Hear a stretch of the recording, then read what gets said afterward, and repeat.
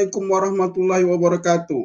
Selamat berjumpa kembali di channel Amazing Info, channel yang menyajikan info-info yang luar biasa untuk Anda semua yang sayang untuk dilewatkan. Teman-teman semua, pada video saya kali ini saya akan membahas pilar ketiga dari 8 pilar manajemen sumber daya manusia, yaitu compensation and benefit. Bicara mengenai compensation and benefit merupakan sesuatu hal yang paling menarik ya dalam suatu dunia usaha.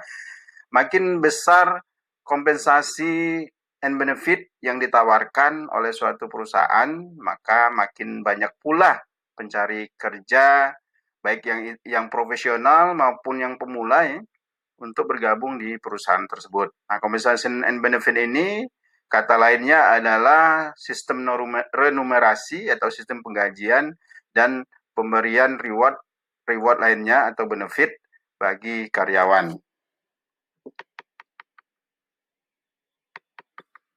Nah, definisi dari compensation and benefit sendiri merupakan pemberian berupa uang dan atau non uang oleh perusahaan kepada karyawan sebagai bentuk imbalan dan atau penghargaan atas kontribusi dan pencapaian kinerja di perusahaan.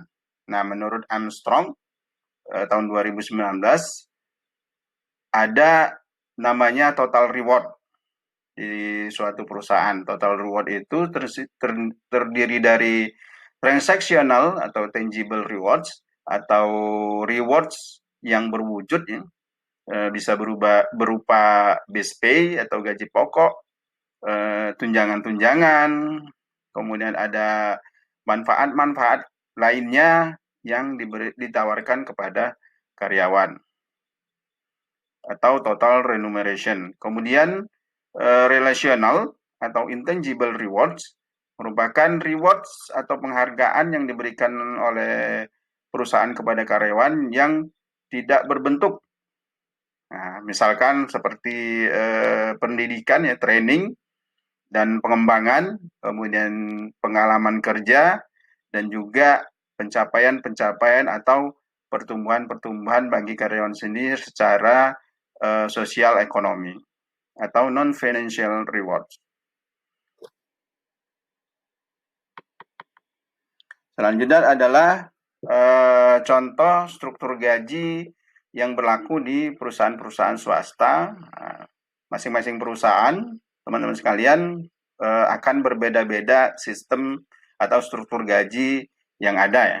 Nah, ini kita contohkan seperti sebagai berikut ya. Ada gaji pokok, misalkan, kemudian ada bonus teknisi, bonus penjualan, tunjangan jabatan, dan lain sebagainya. Nah, kalau semakin besar suatu perusahaan, maka sistem atau struktur gajinya akan lebih variatif ya teman-teman semua. Jadi makin banyak yang ditawarkan. Selain gaji pokok, tunjangan ada, kalau di BUMN itu ada yang istilahnya P1, P2, P3 ya. Pay for position, pay for performance, dan lain sebagainya.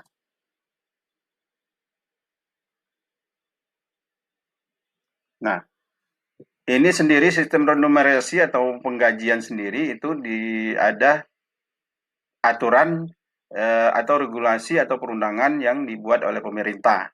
Nah, itu ada Undang-Undang RI nomor 13 tahun 2003 tentang ketenagakerjaan. Kemudian ada Surat Edaran Menteri Tenaga Kerja nomor 07 tahun 1990 tentang pengelompokan upah dan pendapatan non-upah. Kemudian ada Peraturan Pemerintah nomor 78 tahun 2015 tentang pengupahan. Kemudian juga ada Permenaker nomor 1 tahun 2017 tentang struktur dan skala upah. Nah, kalau sekarang ya teman-teman semua ada namanya Undang-Undang Cipta Kerja ya. Agak sedikit berbeda dengan Undang-Undang nomor 13 tahun 2003.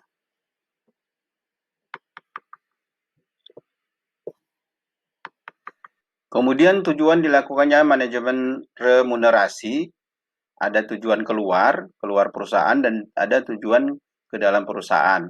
Nah, kalau tujuan keluar perusahaan itu, yang pertama itu mampu mempertahankan karyawan yang lebih baik dari tarikan pasar tenaga kerja. Nah, jadi teman-teman semua, makin besar gaji atau upah yang ditawarkan oleh suatu perusahaan, maka akan makin loyal ya karyawan terhadap perusahaan tersebut. Apalagi, nah inilah gunanya sistem penggajian atau pengupahan di suatu perusahaan, apalagi perusahaan besar ya, itu selalu dievaluasi sistem penggajiannya, jangan sampai di bawah pasar ya. Jadi setiap perusahaan itu harus mengevaluasi sistem penggajiannya, jangan sampai kalah dengan perusahaan-perusahaan yang serupa ya, atau selevel seperti itu.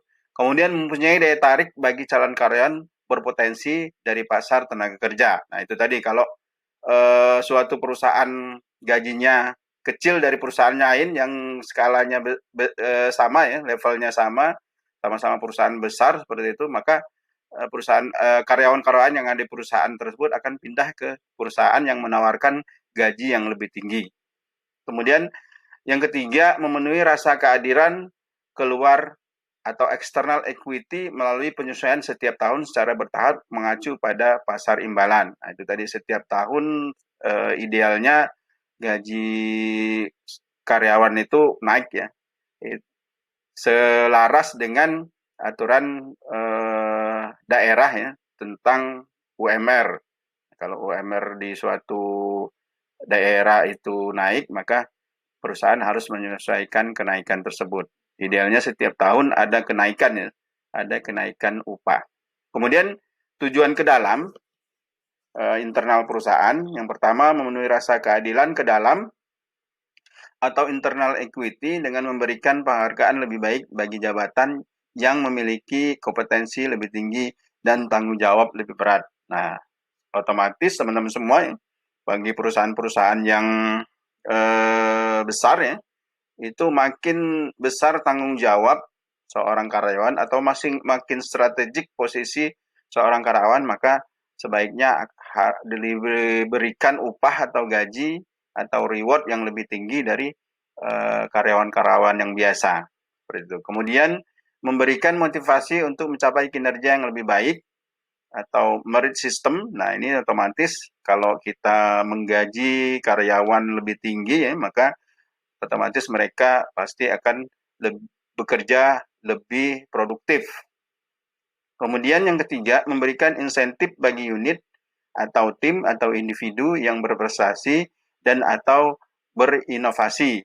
Nah, otomatis sama ya teman-teman, makin tinggi kinerja seorang pegawai, maka sebaiknya diberikan reward juga yang tinggi juga.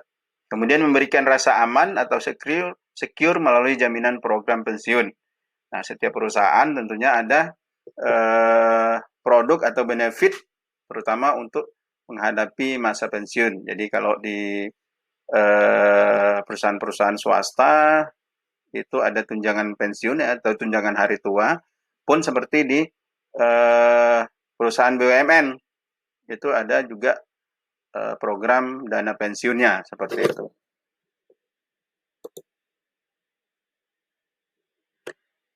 Nah, selanjutnya terminologi terkait remunerasi. Nah, itu di teman-teman semuanya. Jadi yang pertama itu perusahaan harus melakukan job evaluation. Artinya perusahaan harus mengevaluasi posisi-posisi strategik ya, posisi-posisi strategik, posisi-posisi penting yang skala gajinya atau skala pengupahannya tentu saja akan lebih tinggi ya, atau berbeda dengan antara posisi satu dengan posisi yang lain. Makin strategik atau makin penting posisi seorang karyawan di perusahaan, itu sebaiknya sistem penggajiannya lebih tinggi atau gajinya lebih tinggi dari posisi-posisi yang biasa. Misalkan seorang programmer itu pasti gajinya akan lebih tinggi dari seorang staf administrasi, seperti itu. Selanjutnya adalah salary survey. Nah, ini teman-teman semua ya, survei terhadap pasar gaji atau survei terhadap sistem penggajian secara umum yang berlaku di perusahaan-perusahaan sejenis ya, atau perusahaan-perusahaan yang satu level, misalkan antara kalau di BUMN ya, misalkan antara Pertamina, kemudian PLN, kemudian Telkom, misalkan seperti itu, mereka harus survei sistem gajinya seperti apa gitu kan. Kalau jauh berbeda, maka selain akan membuat karyawan-karyawannya lari ya, atau berpindah ke perusahaan-perusahaan lain, akan juga menimbulkan image yang kurang baik bagi perusahaan tersebut. Gitu kan. Makin tinggi gaji, maka image perusahaan akan makin tinggi juga di mata masyarakat seperti itu. Nah, kalau kita ingat dulu ya, kalau menjadi pegawai Pertamina itu, oh alangkah ininya apa? Bangganya gitu kan, karena gajinya besar, image-nya seperti itu. Nah, survei terhadap pasar pengupahan atau penggajian itu sangat penting dilakukan agar suatu perusahaan tidak terlalu tertinggal sistem penggajiannya dengan perusahaan-perusahaan lain yang satu level gitu.